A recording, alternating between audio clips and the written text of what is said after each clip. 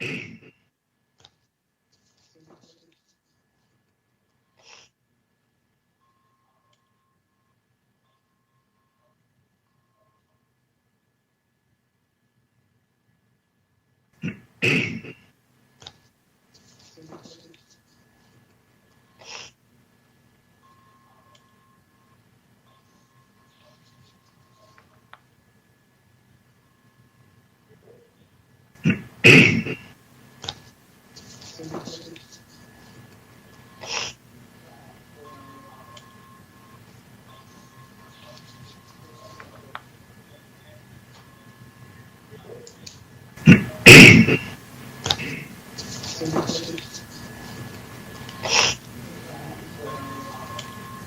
I just admitted Victor Vasquez. Where is he?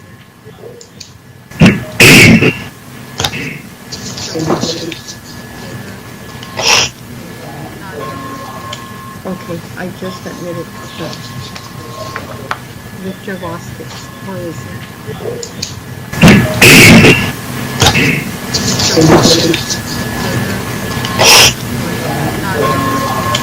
Okay, I just admitted Victor Vasquez. Where is he?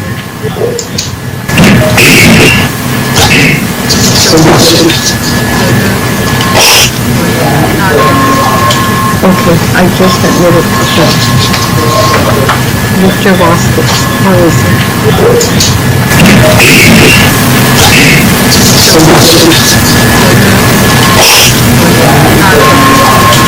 Okay, I just admitted Victor Vasquez. Where is he?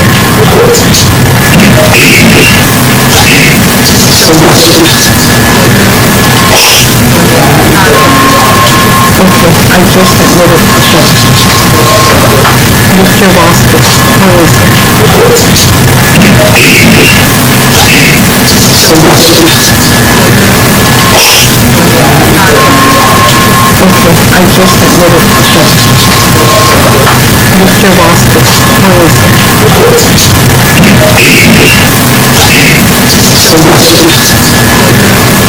he? Okay, I just admitted Victor Vasquez. Where is he?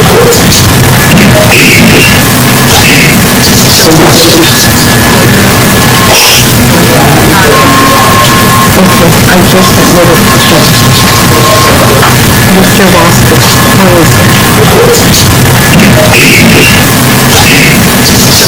The conference ID number 680-820-2598.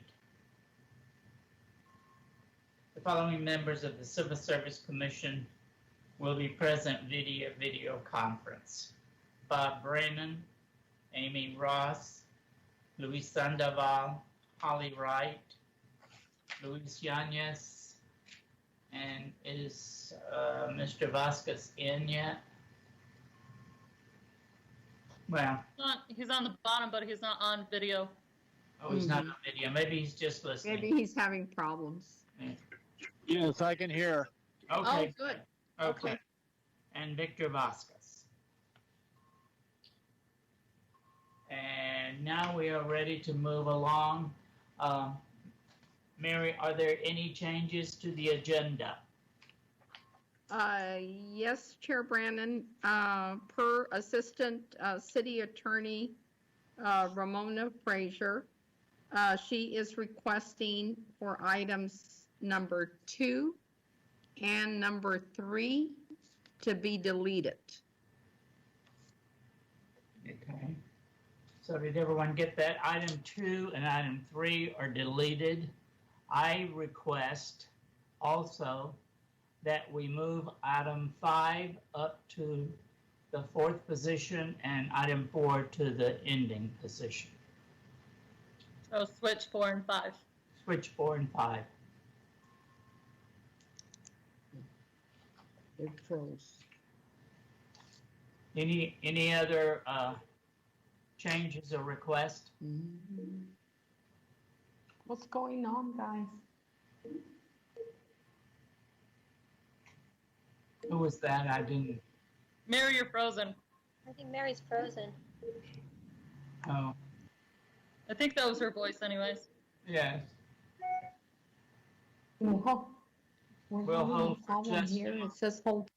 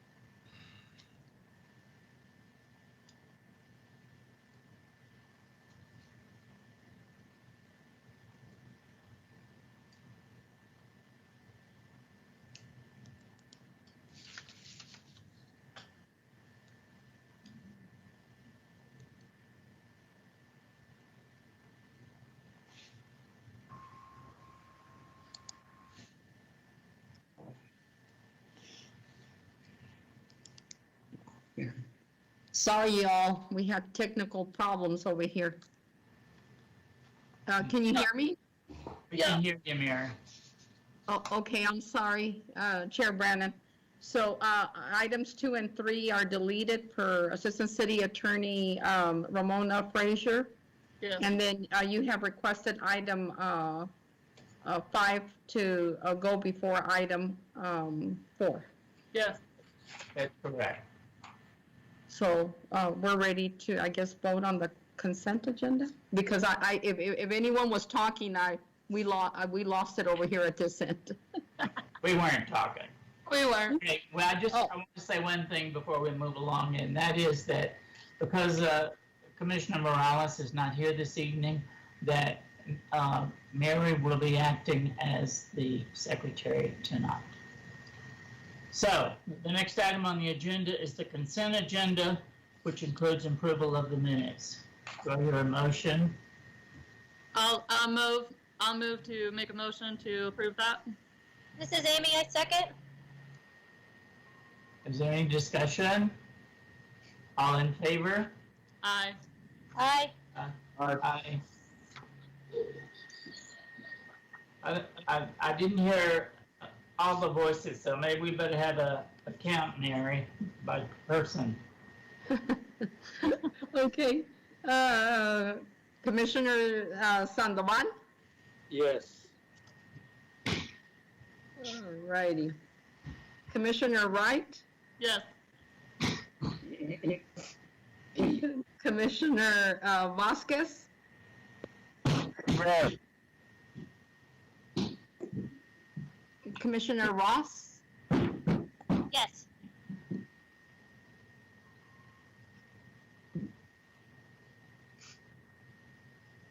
That would be it, right? Mr. Yanez. And Commissioner Yanez, I'm sorry. Yes. I should start from, I should They're all look at fine. my log instead of the pictures. That's what I was guiding myself with. Okay. Sorry about that. So moved. It passed. Okay, next item on the agenda would be item 5 that I moved up to item 4. Okay, and that is a periodic report to the Commission of Hearing Officer Patricia Palafox and Hearing Officer William Ellis. It's analysis, observations, and recommendations necessary for carrying out the functions of the hearing officer. This was submitted by the hearing officers. So, Ms. Palafox, would you like to start, or Ms. Yes, thank you, Chair. My name is Patricia Palafox, and I'm a hearing officer along with Bill Ellis for the Civil Service Commission. And the case that you have as a recommendation today, Antonio Hernandez, is also going to be heard by you. But I wanted to discuss some issues that came up in that case that we feel have been very difficult in our carrying out our duties, or me, because it was my case, but could be difficult for Mr. Ellis in the future in carrying out the duties of the hearing officer. And one of the issues was there's been a conflict in a interpretation of a civil service rule, Rule 9. You have it in your packet, Exhibit 1. And it's been between the hearing officers, me and Mr. Ellis, and the two attorneys in the city attorney's office. And I'll go through that because tonight on the agenda is the first time I've ever seen that Ms. Frazier is legal advisor, assistant city attorney to the civil service. So, you know, I'll go over that. But the issue would be in the future, who interprets civil service rules? And do we do it as hearing officers? Does the commission do it? Or do we take our marching orders from the city attorney's office? And then that also goes into who do we report to? Do we report to the Civil Service Commission, or do we take our orders from these attorneys in the city attorney's office? So that's issues that have come up in this. And I've got to tell you that I thought I had been a civil service hearing officer for 10 years, but you know how time flies. So when I went and looked back, I've been a civil service hearing officer for 23 years.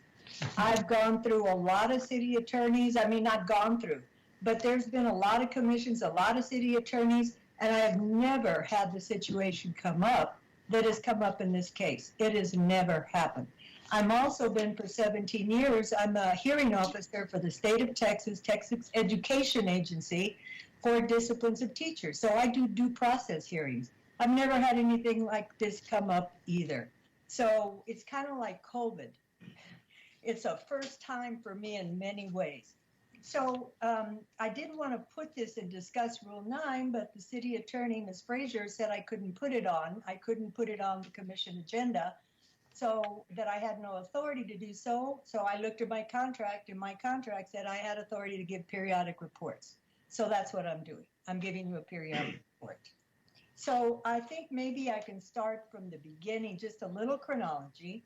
This case was assigned to me in September of last year, 2020. It was a fire suppression technician, basically a firefighter, a 3-day suspension. 3-day suspension. The hearing was set for October 27th, in person. You know, we were very positive in those days, right? And then on the 21st, October 21st, a week before, the fire chief had to enter new orders. Entered new orders going back to phase 1 COVID, no in-person meetings. So we had to regroup, and the parties, in my case, had a joint motion asking me to reset it. And that would be both Mr. Hernandez and Ms. Hazlett, who represented the department head. So a week before, I granted the continuance. Then we tried to set it by virtual hearings.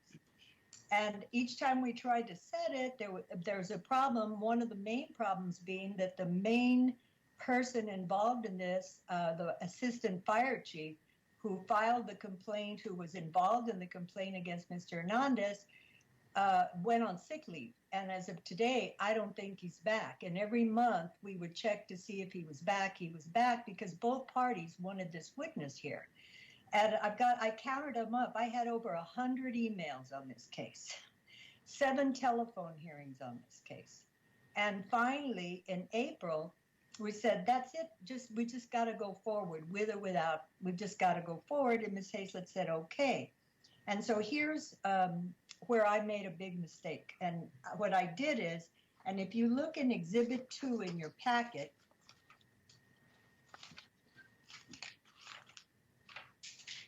like I say, it was me doing it. Exhibit 2 shows a letter I sent on April 26th because we decided we were going to have the hearing. It was going to be on June 10th because of scheduling, couldn't be heard in May because of scheduling with Mr. Hernandez. And I mean, he's a firefighter. They just can't take off, and the witnesses can't take off. It is difficult to schedule it and keep everything going in a very important function during COVID, especially. They're important all the time, but especially during COVID. Anyway, we got it set for June 10th. And here's where I made my mistake, is I misread the civil service rule. And if you turn to Rule 9, this is in your packet, Exhibit 1, Rule 9.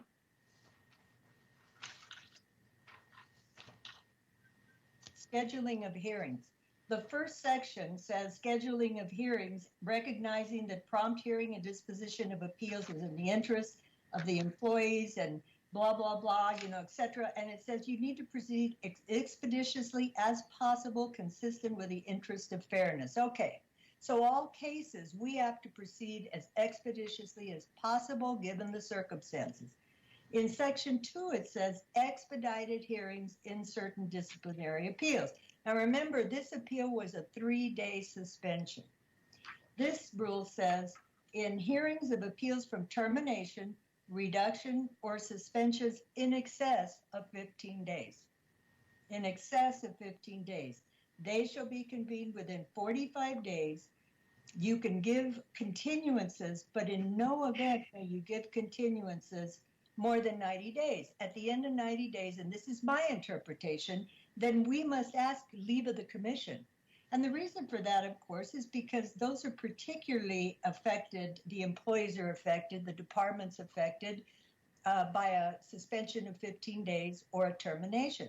So that's the rule. Well, what I did in this letter of Exhibit 2, and I asked the Civil Service Commission, I should have said, under Section 1, I want you to know why it's taking me so long, why we are doing it as expeditiously as possible, consistent with the interests of fairness.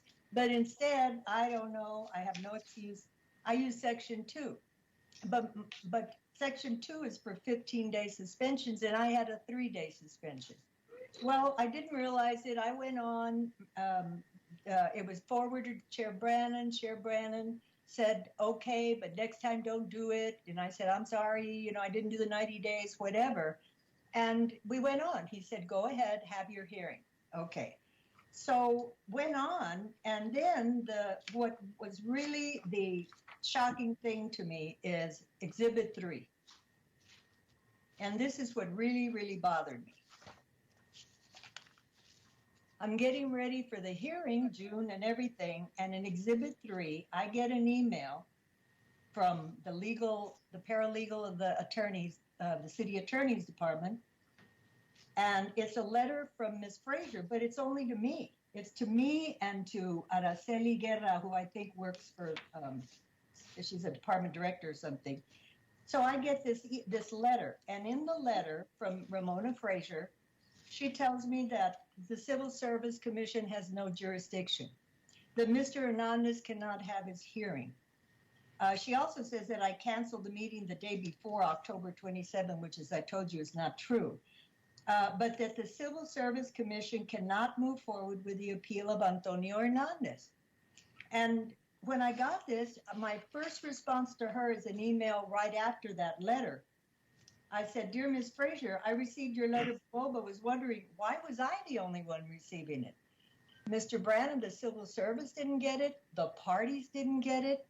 And so I immediately included the parties to the case, because in the Civil Service rule about ex parte communication, it says that you can't communicate with a hearing officer about the merits of the case without including all the parties, unless you are one of the exceptions is unless you are the legal advisor to the commission.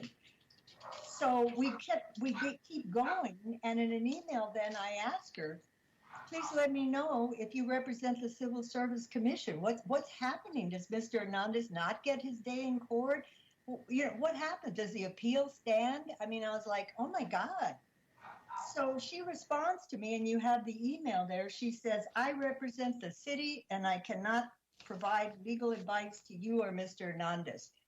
So she never said, I'm the Civil Service legal advisor. So after that, I said, I'm not talking to her anymore about this. I don't know who she is, but I'm not talking to her. And so we started having this communication, because I said, look, I made a mistake. It's not a 15-day suspension. It's a 3-day suspension. This rule doesn't apply to it. So I don't need to ask permission. And Chair Brannon already said it was okay to go forward. I'm going forward with it. So right before I had set a hearing with the parties, we were going to do the technicalities of it. I let Mr. Brandon, Chair Brandon, know. I said, look, I'm going to go forward with it unless I hear from you. I wasn't going to take this letter from I don't know who in the city attorney's office. So I said, I'm going to go forward to it unless I hear from you. And that was on May the 25th. And I didn't hear back, and that was fine. I set a hearing with the parties. I had a hearing with the parties on the 27th. We got everything done, how we were going to have the hearing. And that morning, I got an email from Ms. Frazier saying I could continue. Well, I was going to continue anyway. But anyway, she told me I could continue, but that I had to file a motion, with the commission to extend time based on that rule, the rule that I don't agree with. And I was like, I'm not going to do it because why do I have to do it? I don't agree with the rule. So that's kind of the conflict that has happened. And I'm very surprised because on the agenda today, they had a PowerPoint. They were going to explain their interpretation and they can speak to it. They're here at the meeting. I see Ms. Frazier's here. But they took off their training and their explanation and their defense of why they see Rule 9 as they see it.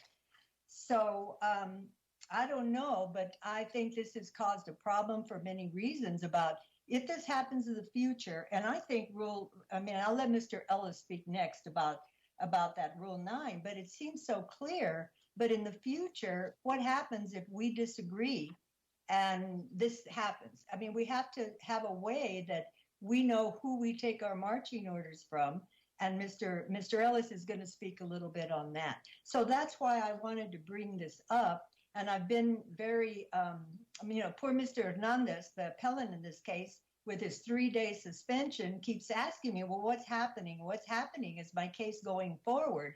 And I have to keep, telling him it's a very complicated issue. And I'm assuming the case is going forward. We had the hearing on June 10th, and I really rushed to get this recommendation out, so it's before you today. So that's kind of what happened on this case. That I'm just amazed at how it happened. And if there's a dispute on the rule, there's got to be a better way than writing to the hearing officer during a hearing and telling them they can't go forward without even involving the commission in this matter. So it's kind of, they may disagree, they may have had a different way of interpreting, but I just don't agree that the way they went forward on this matter was appropriate to be able for me to do my duties as a hearing officer. So unless you have any questions on this, I wanted Mr. Ellis to talk a little bit about Rule 9 and who we report to according to the charter, our contract, etc. So do you have any specific questions for me in this case before he makes his presentation? Excuse me, Chairman, my name is Kyle Lasley. I'm with the city attorney's office, and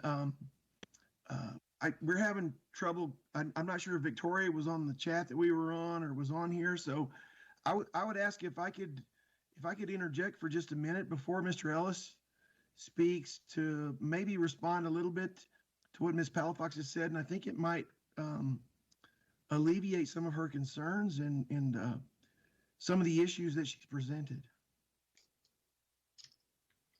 Mr. Brandon, you're muted.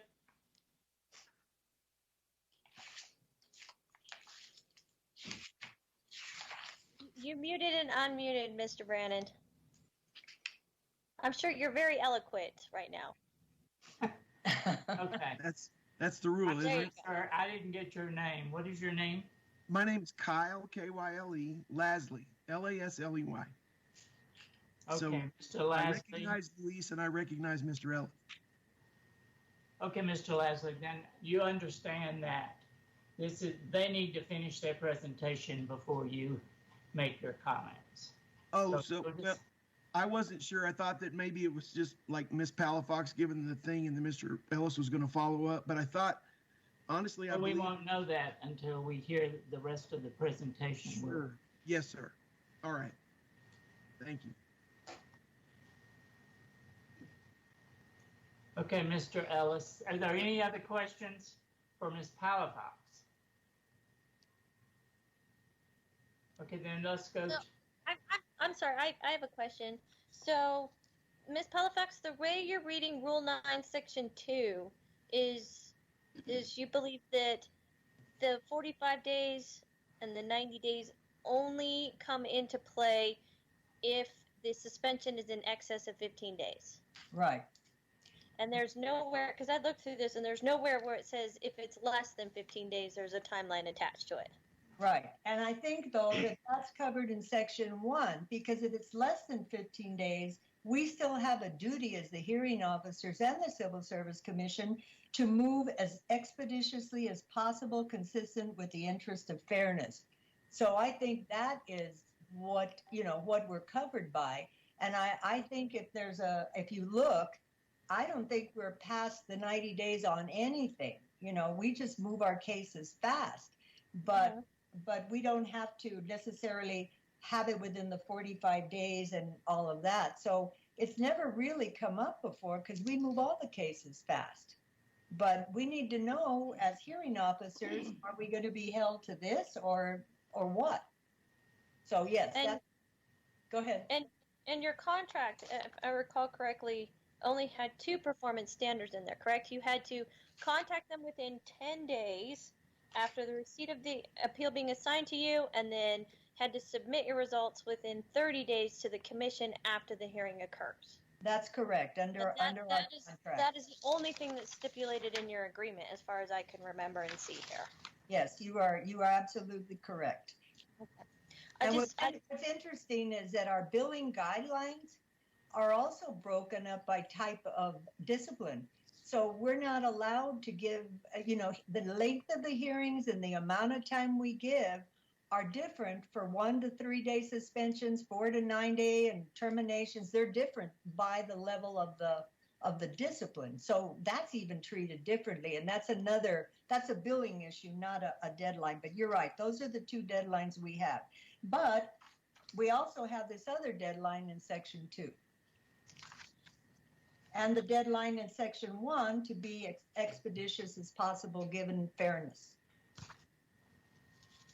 And then I just have one more question. Because I know your contract specifies that you can only bill a certain amount of hours. And if you are over that for a particular trial, who do you send that request to? The chair of the commission for a certain amount, but the rules say that if it goes over, let me see, I just happen to have them available here. If it goes to the chair for good cause shown, but if the increase is more than 8 hours, then the whole Civil Service Commission must approve. Okay. So it's under 8 hours. The chair can approve. Over 8 hours, it has to go to the Civil Service Commission. Okay, and I didn't see anywhere in the contract where it said it went to anybody at the city to approve. The city just pays. Yes, right. At one time in my 23 years, at one time the city attorneys were approving our fees. And then at some point they realized that was a conflict of interest.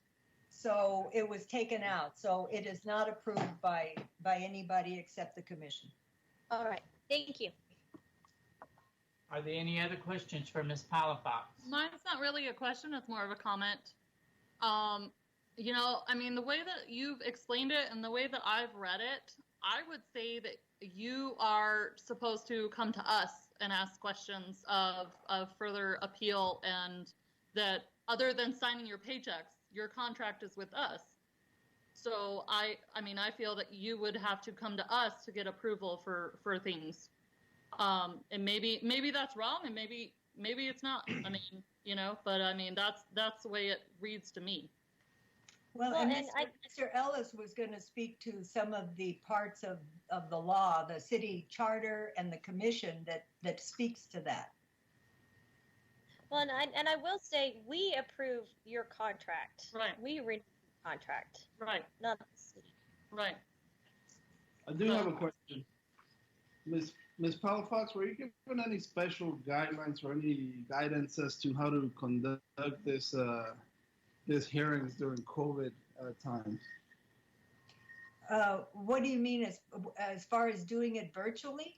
Doing it virtually, any memos as to coming to the commission for additional time to conduct hearings?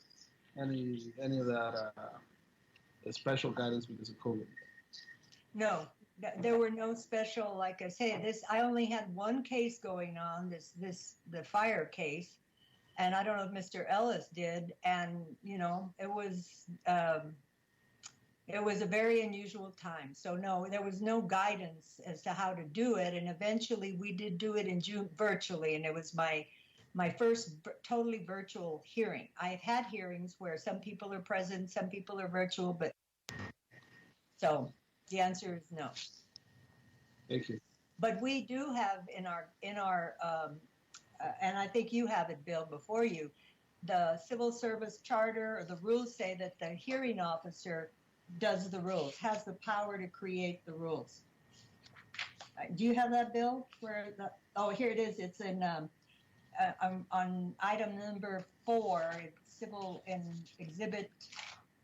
Let me find it because he was going to speak to that. Exhibit 1. It says in the city, the rules or the ordinance, it says the hearing officer shall have the power to establish appropriate procedures for the conduct of the hearing, issue subpoenas to compel the attendance of witnesses, make appropriate findings during the course of a hearing, prepare written recommendations. So according to the city rules, we have the power to establish procedures, and we do. Any other questions for Ms. Palafox from the commission? If not, we'll move on to Mr. Ellis's part of the presentation. Mr. Ellis. Can you unmute? Fine. Unmute. Can you unmute?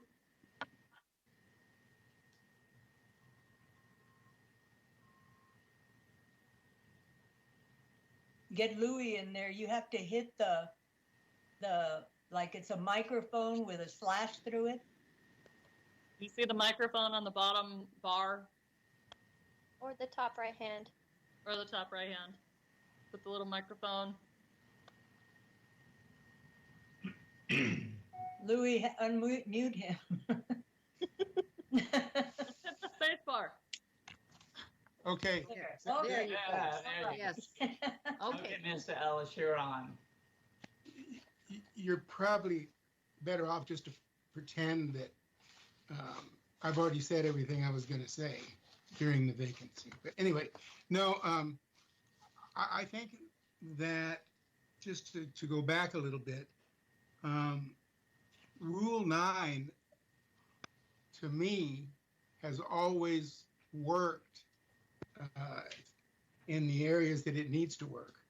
And I guess I almost get the feeling that we're in search of a problem when really there isn't one in terms of how these things come together and a process devolves from them. So, I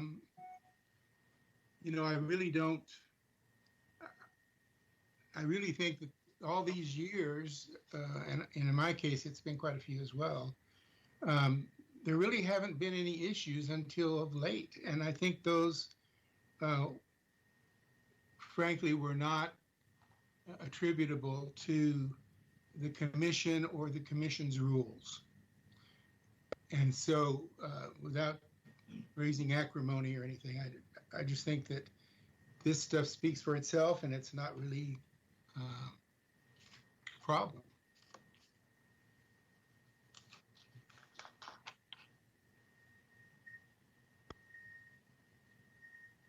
Are there any questions for Mr. Ellis?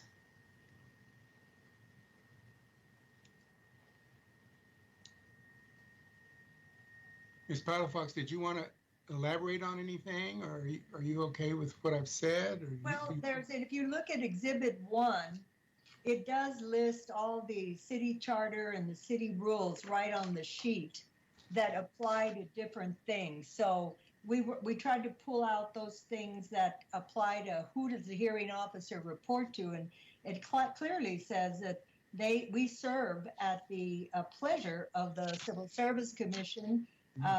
Our agreement clearly states the rules that we have to comply with, and we have to comply as the commission with affording a full and free opportunity, and we do the procedures, so it's all there. And the ex parte communications too, I think, are something. I've never had this happen to me before, because the ex parte is part of our disciplinary rules for lawyers. We know that. You don't communicate, and a hearing officer is included in judges in hearings. So you don't communicate outside the presence of the parties. You immediately bring the parties in. So that's why I put that there too. It says the rule does not prohibit either commissioner or hearing officer from communicating with the legal advisor. And like I said, until today on the agenda, I had no idea Ms. Frazier was the legal advisor because she never identified herself as such. But even if she had, I would have still had the parties present if she's telling me that the commission can have, that the employee doesn't have a right to have a hearing and have an appeal. So that's all I would add. It's there, you have it. I'm sure you've had an opportunity to go through it. And thank you for your attention to this for us. Are there any other questions from either Mr. Ellis or Ms. Palafox? Okay, now we'll hear from the city. Mr. Leslie, are you still there? Yes, sir, I am. So, Ramona, do you want me to go, or do you want to take the helm? This is the one thing that I want to say. I agree with Mr. Ellis when he said there really is no problem. When you look at the history of the time frame in which these matters have been taken care of with these hearings, none of them have gone over 90 days. This is the only one. It happened during COVID. And where I would disagree with Ms. Palafox is when she said she made a mistake. Well, she didn't make a mistake. She was dealing with a very difficult situation that we were all dealing with. This was occurring right in the middle of the COVID crisis. When you had this hearing, Ms. Palafox, it was during a peak time in October, November in our community. And as you rightly point out, we had one of the witnesses was affected by this pandemic that we had in our community. So I don't believe anybody thinks you made a mistake. I think everybody thinks that you and Mr. Ellis and every other tribunal in our community has been dealing with a very difficult situation. And we've all had to be flexible and rational and think about people's safety before we think about process. And so, we think you're to be commended for that, and we appreciate that. Thank you. And so with regard to the other issues, and I think that if Miss Hazlett had, and I'm sorry, my dogs are barking.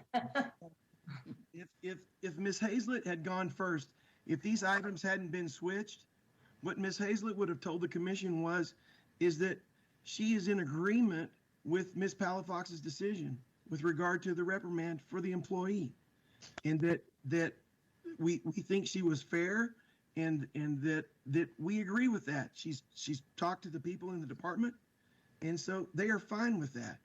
So this issue, for whatever reason, has snowballed in some manner, maybe because we haven't been talking enough, but for whatever reason, it doesn't need to be contentious. And if there's any concern about that, I want to make sure that you guys understand that. We're still having this proceeding over Teams because of the pandemic in our community.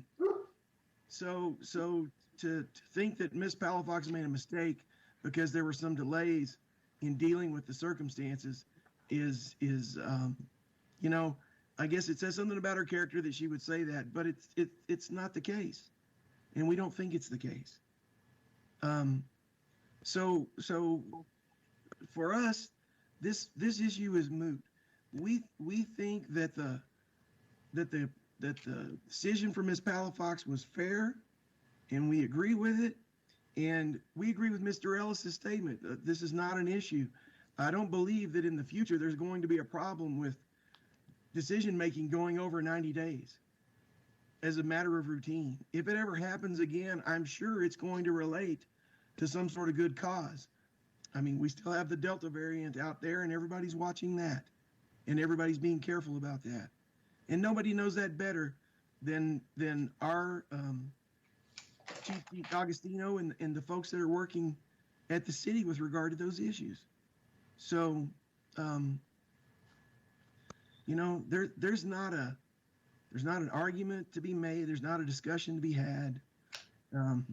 There's just our thanks to Ms. Palafox and Mr. Ellis and everybody else that works with these issues during this time, and that we're all working together to make sure the process is as safe and fair as it can be. Thank you. May I reply? Sure. My last communication for Ms. Frazier was, please note that the 90-day deadline to conduct hearings after the assignment of the appeal to a hearing officer will continue to be the rule for all cases. So what she's saying is her interpretation of the rule, section 2, is that 90 days applies to all cases. So what is that going to be the position of the attorney going forward? Because that's not how I see it, and I don't know how the commission sees it. And if you do see it that way, commission, I have no problem doing it. I just want to know what the expectation is. I can do it in 45 days, and if we have a lot of hearing going on, then the city attorney's office is going to have to really move to get their part of the case done in time. But I just want to know, since she's said that, whether that's what we're expected to do in the rule. If we happen to get a 1-day or 2-day or 3-day suspension, do we have to do it within 45 days? That's what I would. And secondly, I really appreciate your comments, but my mistake was in asking for permission because it came under the 90-day rule. That was my mistake. I should have never asked for permission. I should have made it information for the commission to know why this is taking so long, but not the 90-day rule. But I do appreciate your comments. So that's my question going forward. Ms. Palafox, that is just a label on what you did. That's just to say you should have been asking permission or calling something else. That's not relevant. It's what you were doing the best that you could in a difficult situation, like we all are. So and then to argue about this issue, to me, is not the point. In this case, we agree. When have we ever, to Mr. Ellis's point, seen this as a problem in the past, in the history of these things? Right. So Can I stop you and ask you one question, Mr. Leslie? Who is we? When I say we, I'm talking about all of us. Ms. Carla Palafox. Neiman, or is it Ramona Frazier? Who is we?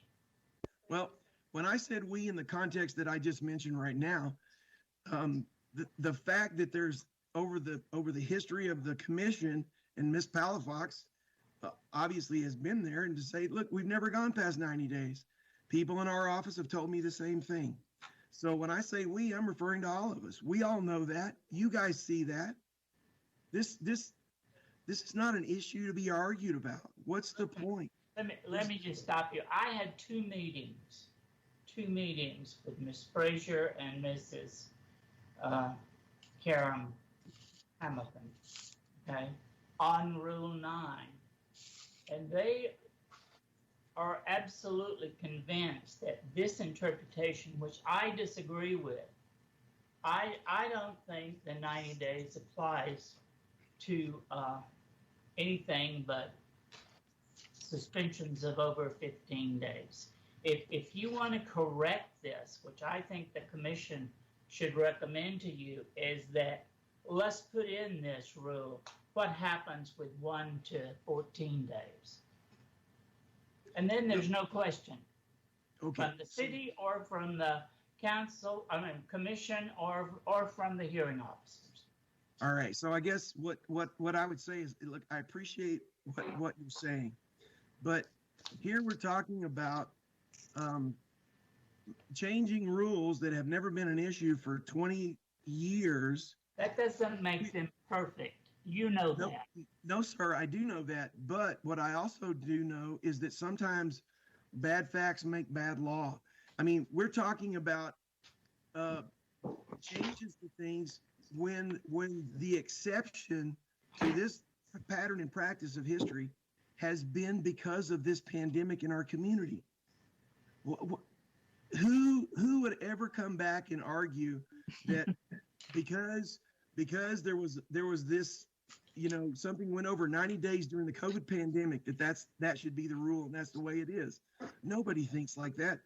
Mr. Yanez knows that in our criminal courts, there's been a suspension of speedy trial rulings for criminal defendants through this pandemic. But nobody is going to come back when our courts are regularly in session and say, oh, the suspension of speedy trial during the pandemic should be the rule that we apply going forward. Nobody's going to do that. We came together as a community and we dealt with this issue. And now, as we get back to normal, things will get back to normal. And our normal processes, which have been demonstrated by Ms. Palafox and everybody on the commission prior for 20 years, will be the normal. So, Okay.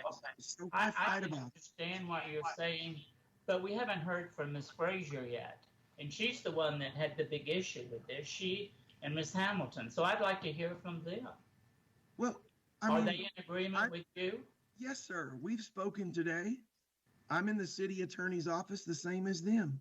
And we talked about this stuff. Ms. Frazier withdrew those items from the agenda just for this very reason. She feels exactly the way I do.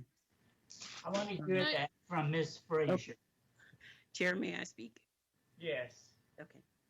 So, again, I do agree with a lot of what Kyle just said, that the reason why we're in this situation is because it's unprecedented. I'm the legal advisor to the Civil Service Commission, but I'm also a city attorney. So, when I sent a message regarding the fact that I'm a city attorney, that is my title, but I am the advisor to the Civil Service Commission, and so it's my job to make sure that we're being consistent in our application of rules, and that is the reason why I had contact with you, Ms. Palafox. And I do, again, I agree with Kyle with regard to what both of you as hearing officers had to experience during this time, is trying to still be efficient and still make sure that the appellants have their day of being able to go through with their appeal. That was always a sticking point for us, because we're sitting here and we have a rule, but we also know that it's very important to make sure that every person that comes through with an appeal needs to be able to be heard. And so with that understanding, and with the understanding that this is an unprecedented situation that is hopefully not something that will arise again, and that you've worked through and now have a practice of taking care of, then we don't foresee there being an issue with any time limits after this, because I believe that based upon the historical data that I've pulled from both you and hearing officer Ellis's timeline in the last 6 years, the two of you are superiorly efficient in getting things done, period. You're getting these appeals done, you're getting them heard, getting them in front of the commission, and the commission is making the recommendations. All of that is being done, and I believe almost record speed. Okay, so it's not an idea that I am under the impression that you've somehow gone outside of the lines here. It's just that we had a rule, and we need to make sure that it's evenly applied. Now, as we stated, this is something that's out of left field.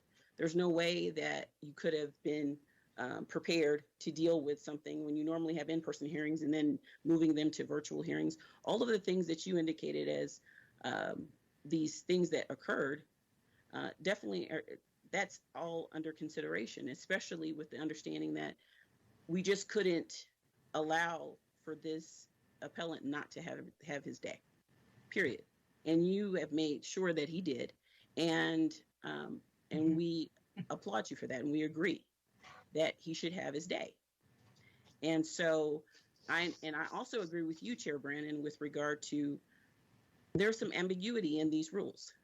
And we've talked about some other rules before this commission. And luckily, this is a time where your recommendations are going to be, of course, taken up. And so that we can make some serious changes to make things as clear as possible. There's no way to prepare yourself, however, for an unprecedented situation such as the hearing officers had to endure with the pandemic. So we definitely want to make things more, of course, easier and more clear on behalf of the appellants and of the city, so that we all know where we stand and how we move forward with hearings in the future, should something unprecedented happen again, of course. But I think that our rules could be more clear, and our function of looking at the statutory construction of things and looking at what this rule all meant, which was to make sure that people are heard as soon as possible, because there's a financial issue when you are suspended even for one day. And so we want to make sure that everything is evenly applied, that there's that there's not going to be an issue with any decision that's made or any decision that the commission makes. We want to make sure everything is the way it should be, and irreversible even in that, because once a commission makes a decision, of course, it's final. So I apologize, Ms. Palafox, that I wasn't clear as to my role, because of course, I identify as the city attorney, but I should have been more clear that I had these meetings with Chair Brandon, and we had been discussing this. But my discussions with the chair and with the commission can fall into the attorney-client privilege area. So it's very important that I protect that with the commission, because I am the legal advisor for them. So I'm sorry for any of that,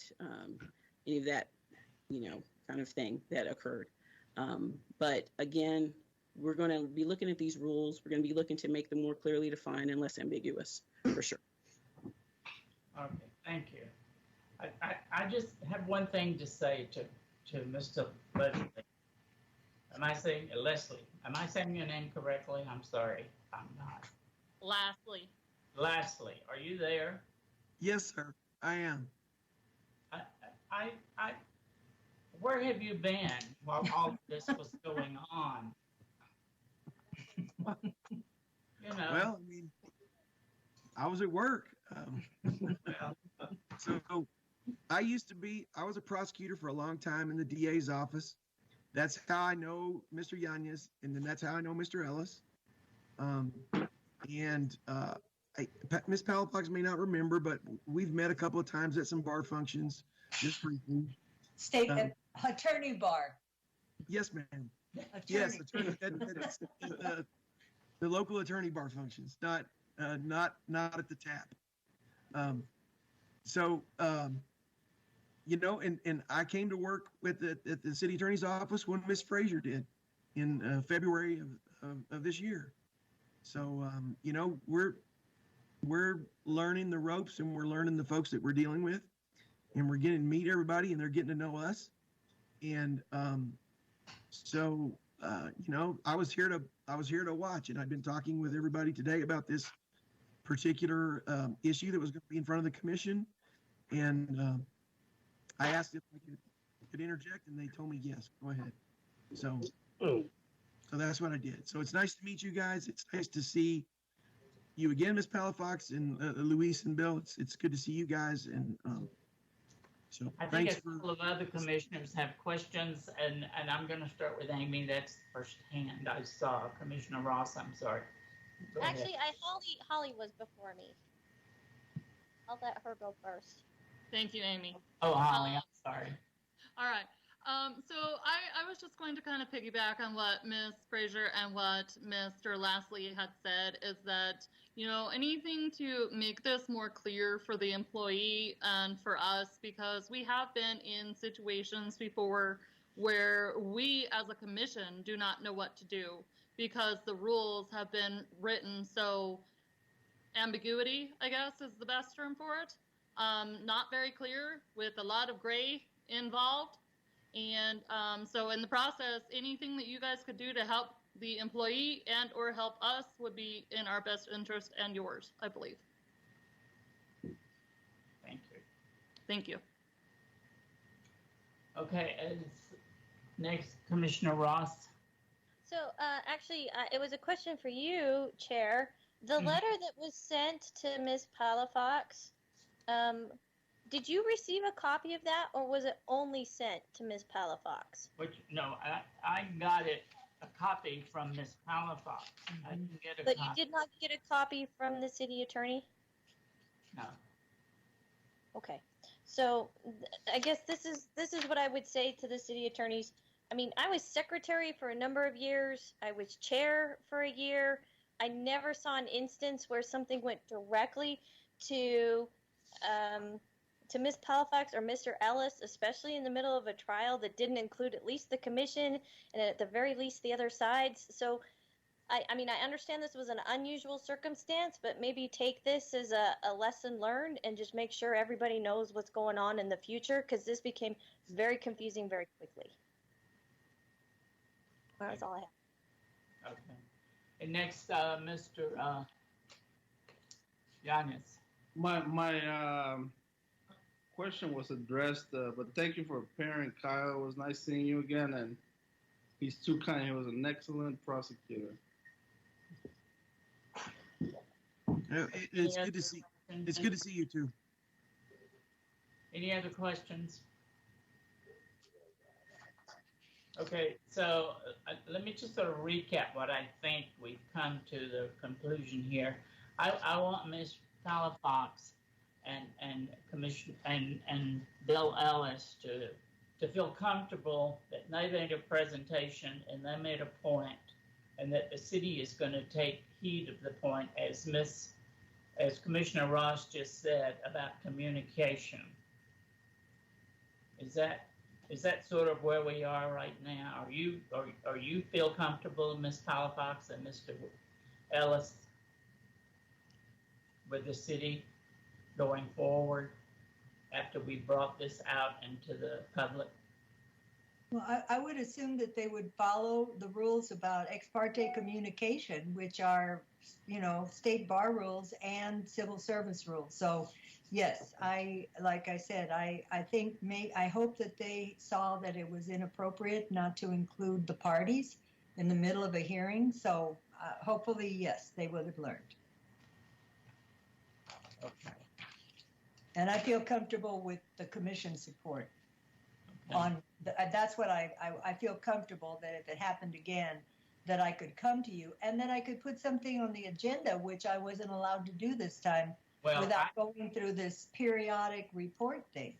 I just want to go on record as saying anyone can put something on the agenda if they take it to the recorder. Is that correct, Mary? That's correct. So, no one can tell you you can't put something on the agenda if you try to put something on the agenda. Okay? Okay. Are you in agreement with that, Ms. Frazier?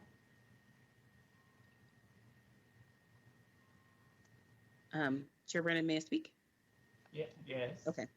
All right. So with regard to that, you are correct. Items can be added to the agenda, and the commission can vote as to whether or not they want to hear that item. So that is true. If you have a majority vote, whichever way the commission decides is the way it goes. For items that have been heard before that are repeat items, then the commission at that point also has the ability to delete those items if they want to do so as well with majority vote. Okay. There was one other thing that was in all this communication, and it was that the chair did not have the authority to approve for Ms. Palafox to continue with her hearing. And I think in the contract is where I read it. It says it says that the hearing officer should go to the chair. You remember that, Mrs. Palafox? Well, that's for the billing exemptions. Are you talking about the exception to the 90 days? Yes. That's in the Rule 9, Section 2, and it says that scheduled is commenced more than 90 days except with leave of the commission. So the interpretation was by the attorney is that the chair did not have the power. It had to be the full commission, which I'm thinking the problem is then we have to wait for an agenda item and a meeting, and in the meantime, the hearing doesn't go on while we're waiting to get that approval. Well, it's obvious that some of these rules need really looking into, and so I intend to look into Rule 9 because I think the interpretation there needs to be something that states exactly what is there. Mr. Brandon, may I? Mr. Vasquez. This is Bill Ellis. Oh, Mr. Ellis. Sorry, I got this strip across my camera. I can't see you. Go ahead. No, quite all. Well, I think that as we undertake what apparently are at least examining and perhaps weighing whether certain changes or improvements in the rules need to be made, I think it would be wise to include Ms. Palafox or myself in those discussions if that can be done. And for that reason, I heartily recommend Mrs. Palafox.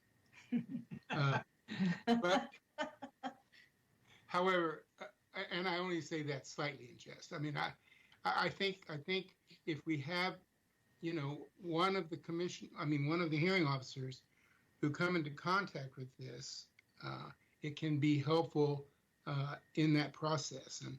And so, and I cannot vouch highly enough or with, well, anyway, I just think if Ms. Palafox tried very hard, she could probably without, and I don't mean to be irreverent, but she might be able to walk across water.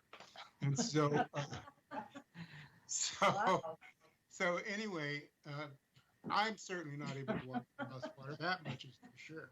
But anyway. This has been the nicest civil service meeting I've ever been to.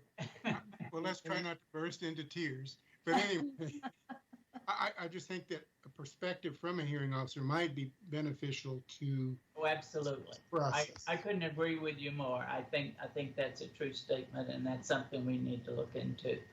I think we have talked about this before and never gotten around to it. Yes. I need to check with Mary and see whose term is long enough, who has enough time left to work on this committee, because I'm not sure that I do, but probably Mr. Yennis. And we'll put something on the agenda for August. Probably the newbie, Mr. Yennis. Well, I do know that Mr. Barty actually had, and we were getting ready to do something when all the COVID hit. So he is holding quite a bit of information. So it'd be worthwhile to reach out to him because he was getting ready to present something to the commission and schedule some meetings and all kinds of things when COVID hit. And then it became difficult the zombie apocalypse came. It became very hard to schedule anything. And had that included, did you have input into that, Mr. Ellis, you or Ms. Palafox? No, there was no meeting with us. No, he was getting ready. So he was getting ready he had a timeline laid out of Oh. scheduling the meetings and then presenting it to the commission. And so we were getting ready to pull the trigger on that schedule when everything collapsed in. So, but he did Well, have. maybe we need to contact him and let him come and make a presentation, make that presentation to the commission, and then we'll go forward from there. We'll see what additional input we might need. So, Yes, Mary, I'll get with you. Yeah, he did have a when- framework. He did have a framework for it. So. Okay, is there any other discussion on this issue? Okay, if not, I'd like to move along to the next item. And that's the hearing officer's report on Mr. Antonio Hernandez. And I understand, Mary, that you have a... He is here. I Oh. just saw him. Okay, very good. Mr. Hernandez is available. I just saw him. He just needs to unmute himself. Okay.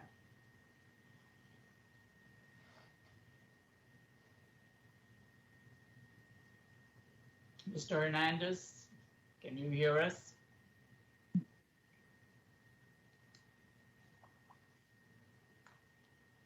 He's right there. Where is he, Mary? He's there, the AH. There, his hand is up. Oh, no, that's not Mr. Lujan. Mm-hmm. Are you able to unmute? Yeah. Uh-huh. Because he's right here. Oh, AH. Hernandez is there? Yeah, there's AH. Oh, okay. AH. That's him right there. It says it's muted. We're gonna try to see if we can unmute him. Okay. In the meantime, Ms. Otaveras, Oh. you have your hand up. Is there a reason for that before we even hear from the appellate? Yes, this is Monica Ontiveros. Good evening, Commissioners. Monica Ontiveros with Fire Human Resources. I wasn't sure if Mr. Antonio Hernandez was able to make it back. I see he's on there, but he had texted me that he had a call. He's actually at work and he was on, and then he texted me a few minutes ago that he got a call. So I don't know if he left himself on and went to the call, or if he is actually there and that's why he can't unmute himself. But just in case he's not there and he just left himself on and just left on the call, he did want me to let you all know that he would request that the commission uphold the hearing officer's recommendation. So I wanted to give you that message from him, just in case he is on the call and he just left his connection on. Thank you. Mm-hmm. Chair Brannon, this is Claudia Lujan. May I speak on behalf of the city and the department? Just 1 second, Ms. Lujan. Are we not, Mary, there's no way we're going to get Mr. Hernandez back? Probably really not, makes- because of, like he's been in contact with Monica, texting each other, so he might have gone out on a call. Oh, okay. But he had sent an email in reference to that he would maybe not be able to attend the meeting. Upon receiving your invitation to CSC via email on 7/1, I contacted Monica Ontiveros with Fire HR to advise her that I would be on duty the day of the CSC meeting and needed information on how I could attend. Monica did some research for me and got back to me yesterday, 7/7. After talking it over with fire administration, she found that since I would be attending on my own behalf, I would need to use my accrued leave to attend this meeting. At the time of her notification, I was already past the policy deadline for requesting leave. I contacted Monica again today and was advised she could speak with fire administration about taking the leave if I was willing. At this point, I'm not willing to burn any more of my leave fighting the city's discipline.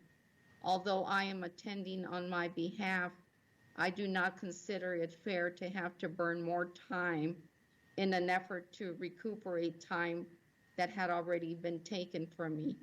I will attempt to log in from my duty station with the hopes of not being called out during the meeting. I hope the CSC understands I may not be able to attend or may be interrupted by my duty to respond. Monica Ontiveros has been gracious enough to offer delivery of a small statement on my behalf if I cannot attend, stating that I am in agreement with the hearing officer's recommendation and am confident the CSC will see the rationale in her thorough investigation and ultimately follow her judgment and recommendation. And that was per Mr. Hernandez. Thank you, Mary. Okay, so now we're at Ms. Lujan. Are you still there? I'm sorry. Yes, no, yes, I am, Chairman. Thank you very much. I just wanted to let you know that on behalf of the department and the city, we have no objection to the recommendation of the hearing officer and are looking forward to switching it to a formal counseling. Okay. All right. Well, that makes our job easy. Yeah, well, the Chair, I'd like to make a motion. Can I Yes. ask a question first? Sure. So Ms. Lujan, I think you're probably the one that would answer this. I'll try. I don't know what the question is. So during the hearing, there was a section, and maybe Ms. Palafox can answer this also. During the hearing, there was a section called prior discipline history. Do you guys recall that? I wasn't at the, but that's Okay. Well, there's a section in there called prior discipline history, and it's got one sentence, and it says that Hernandez has no disciplinary history. And then I went and I looked at my evidence that I was given by Mr. Hernandez, and I looked at my evidence that was given by the city, and unfortunately, Mr. Hernandez has a long history. So I'm trying to figure out as to who said that he does not have a history and why that was put into the hearing. I don't know. I think you're looking at the MEB. No, it says prior report. It says prior the summary, right here where I've highlighted. Is that mine? Yes. Yes, it's not a disciplinary history. It has everything in it. It also has commendations. It has everything. And so there was some things in there that, like counselings, that weren't considered disciplinary history. So as far as they're concerned, those things are not disciplinary history for the purpose of their disciplinary guidelines. Okay. But it came up because there was some testimony about he had problems with authority, and they were using those. But that's why I went ahead and mentioned it. And some of the parties were the same, but it's not what they consider, that I understand, disciplinary history for the purpose of the guidelines. So in the city of El Paso's exhibit list, it also gives a list of everything that is included in Mr. Hernandez's history. And it says employee report, and it's got a number of formal counselings, and it's got a number of counselings. It's got a number of verbal counselings. It's got, yes, it does have one commendation and it does have one award. But, I mean, unfortunately, there's a number of formal counselings in here. But the formal counselings also are not considered, and they also go away many times. So they like to record them, but it's not part of the disciplinary history. And I don't know if Ms. Lujan can speak to that, because it's very fire department specific. So on C8, I don't know if you guys can see what I can see or not, but it's page C8. And it says that in January 2nd, to be exact, that of 2020, he was given a counseling session for violation of department rules and regulations. And on December of 2019, he was given a formal counseling for articles of the agreement, is the description that it says. So, I mean, these are not things that were, that were that long ago with the actual case that we're talking about. Yes. Because what we're talking about was basically 6 months later. Right, and I would have either Ms. Ontiveros or Assistant Attorney Hazlett respond to that, but normally formal counselings have a lifespan of 12 months. So it does show a pattern of behavior, but they aren't actionable after 12 months if they are requested to be removed. But if I see Ms. Hazlett's hand is up, I'll go ahead and defer to Ms. Hazlett. Sure, thank you. Good evening, Commissioners. Victoria Hazlett, Assistant City Attorney. May I answer your question, Commissioner? Yes, Wright? ma'am. So I think that what Ms. Palafox was trying to get at with that was that there was no disciplinary history for insubordination, right? One of the formal counselings that you mentioned was for a sick leave occurrence. And so it could not be progressive discipline with this. So it wouldn't be that. And then a coaching, the one that was issued on January 2nd, or January 7th, excuse me, of this year, a coaching as well is not a part of the formal discipline process. And so it is not considered in that disciplinary history when we're looking at, the policies and procedures, the disciplinary matrix and the guidelines. It is not a step in that. And again, it wasn't for the same type of disciplinary action here. It was not for this, what the city at the time when we issued the 3-day suspension was for insubordination. And so it wasn't for that. I don't know if that helps clear that up a bit. Not really. We're used to using the matrix, and we're used to having, following the steps, and there's, a violation of department rules or regulations. You could also say that this is kind of in that category. There's a number. Oh, you have muted yourself, ma'am. I'm sorry. Sorry. Sorry about that. No, but there's a number of things on here that make me very nervous and apprehensive about, letting this not be a 3-day suspension and letting this fireman go ahead and not take this as seriously as he should. So that's my concern, because I really don't want to see him back in here again for, making another comment that he shouldn't be making or doing something else he shouldn't be doing. So, but I'm just seeing a pattern, like you said, and I'm just trying to, hopefully we can put a stop to this pattern. That's what we're here for. So, may I say something? Yes, ma'am. Some of the pattern was with the two people involved in this discipline, the Chief Gallegos and Captain Soto. And so some of this personal animosity I felt was involved in those things, and he did too. Yes, I definitely agree with you on that, but I mean, there's still, some things that, he's got a history, definitely. He's actually got a criminal history too, which I'm really surprised that we've even kept him employed, personally.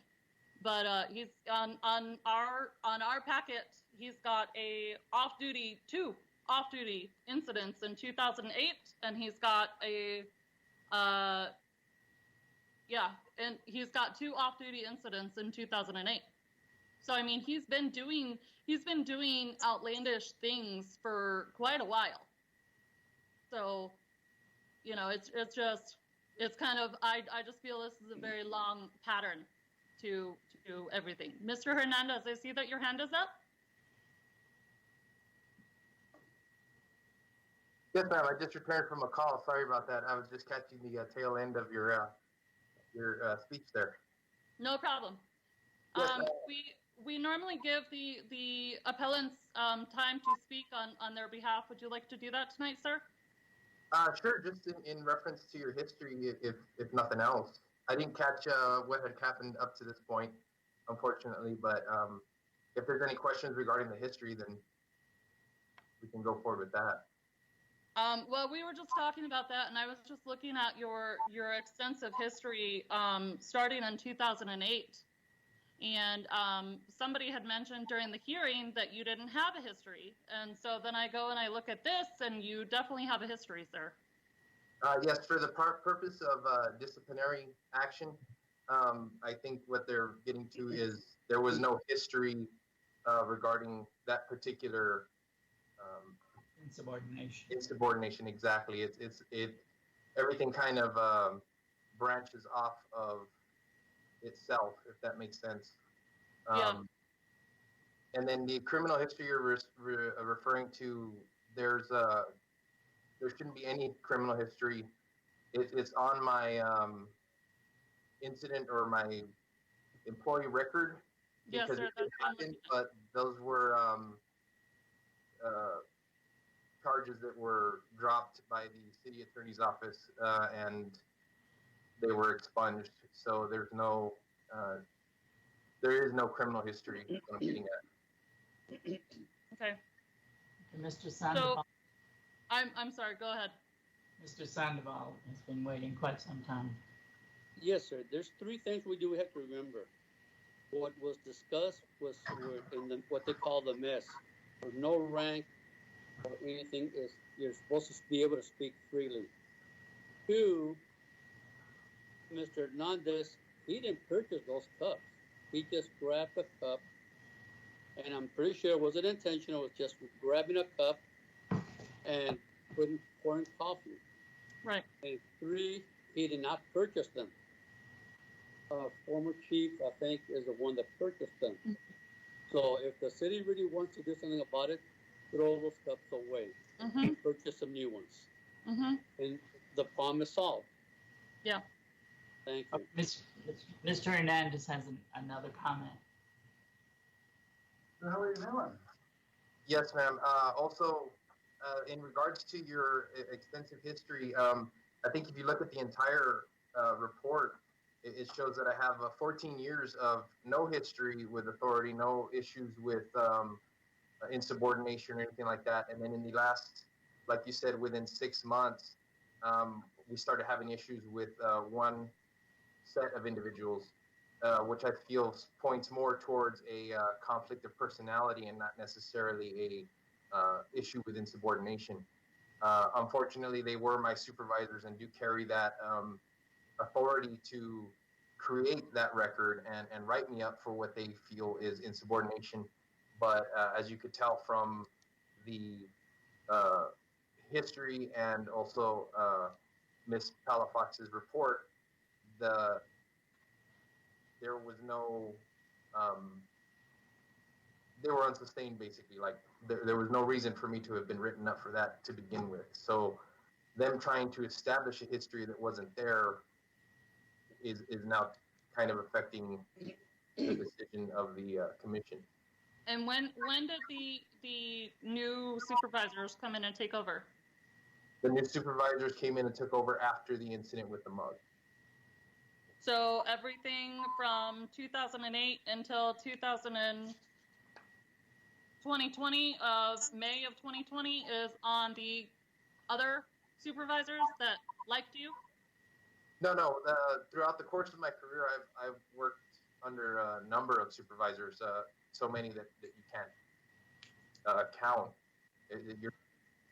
So you're saying that there's a personality issue, and I understand that, but when did that personality conflict or issue start? That's what I'm trying to figure out. Because there's several things in all the way, like I said, all the way, if we're not including the criminal history, all the way back to 2014. So, I mean, and for a number of different things too. Motor vehicle accidents, articles of the agreement, the fact that you didn't, violation of department rules and regulations, violation of rules and regulations again. You know, it's showing a definite pattern, sir. And then there's a third one, a violation of department rules and regulations.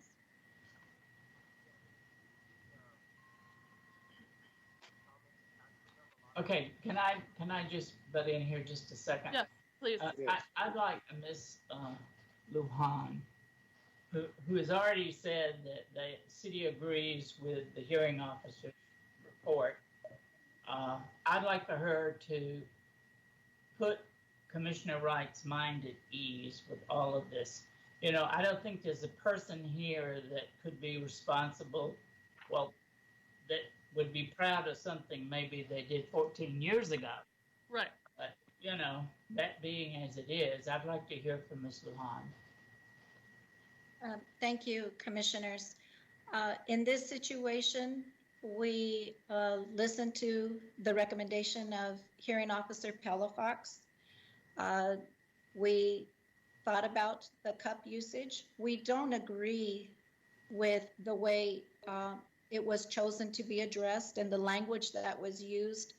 That was really part of the reason why the discipline went forward. Is my understanding there were firefighters within earshot and within view of the back and forth that was going on, and to have done nothing to try to not address it would have been unbecoming of management in the message that was sending to the other firefighters that were there.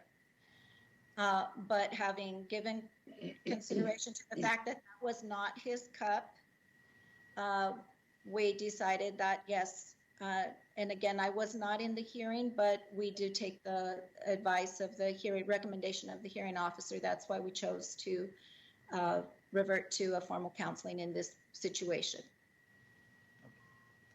I think, Raj, you were about to make a motion. I was going to move that we accept the recommendation from Ms. Palafox to, to reduce it to a formal counseling as a level A first offense for offensive language, and that he be reimbursed for his 3-day suspension. Is there a second? I second it. I'd like to make an amendment. Okay, Mr. Yanez, what is your amendment? Vasquez. I was going to say, I think it's Vasquez. Vasquez. Yes. Can you hear me? Vasquez is making an amendment, Mr. Brennan. Yanez, wasn't he? Or no, Mr. Victor, was that you? I couldn't. Yeah, it's Victor. Yes, it's me. I'm sorry, Victor, go ahead. Okay, my amendment would be go ahead with the hearing officer's recommendation, mine the compensation for the days missed. And I'm going that route because of what I heard Holly bring out in terms of some past history on this. So I think it would be fair to just he gets reinstated, but he doesn't get paid for those days. I don't think it's going to hurt. I don't think we can do that. We can't affect pay at that level. We either reduce the suspension, get rid of it, but we can't say he doesn't get paid. Anything that involves money. Yeah. I see. Well, while I have the floor, I just want to make a statement here that I really appreciate everything that Hearing Officer Palafox brought to light here. She did some very good work in bringing to light a culture in the fire department that completely surprised me. That you've got cups like that in the fire department kitchen only tells me that HR with the city needs to get in there and clean out that cupboard. It's time to clean out the cupboard. It's time to change that culture within the fire department. I think it's festering in there. I think this type of situation comes up because of this. I think we might be getting a little bit off of. Okay, well, I just wanted to make that one statement. We've got a lot of remnants of the old boy network in that fire department. Thank you, Mr. Vasquez. But We need to stick to the agenda item. Sure, sure, I understand. But I just wanted to take a few minutes to put my point of view in there and to direct somebody's attention with the city to get into the fire.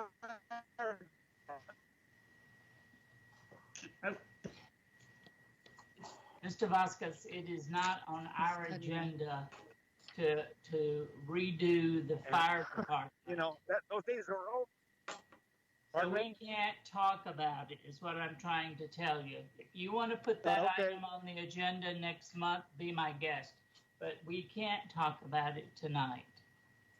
Okay, very well. Well, I just wanted to bring it up. Thank you for the time. Okay. Mr. Yanez, I'll go back to you. I have a question for Mr. Hernandez. Are you still there, Mr. Hernandez? Yes, he's here. Mr. Hernandez, is that cup still there at the station?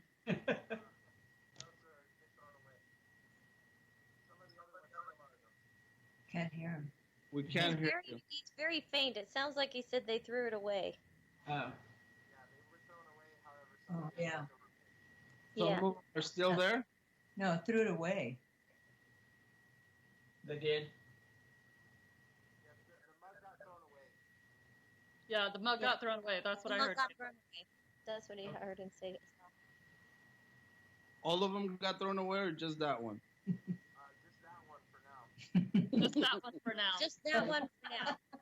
It's trouble to me that I feel like Mr. Hernandez wasn't doing anything bad. He was just there having his coffee in a cup that was provided to him by somebody else. He wasn't looking for trouble. He wasn't looking to get in a discussion with the chief or anybody else. And it sounds to me like the chief was picking on him, trying to start something because he wants to push his weight around that he's the chief of that station, and I just don't think it's proper. And for that reason, I'm gonna make a motion to dismiss the charge against Mr. Hernandez. Okay. Wait just a second. We have a motion on the floor right now. Mhm. The motion on the floor right now, Amy, would you restate your motion, please? Sure.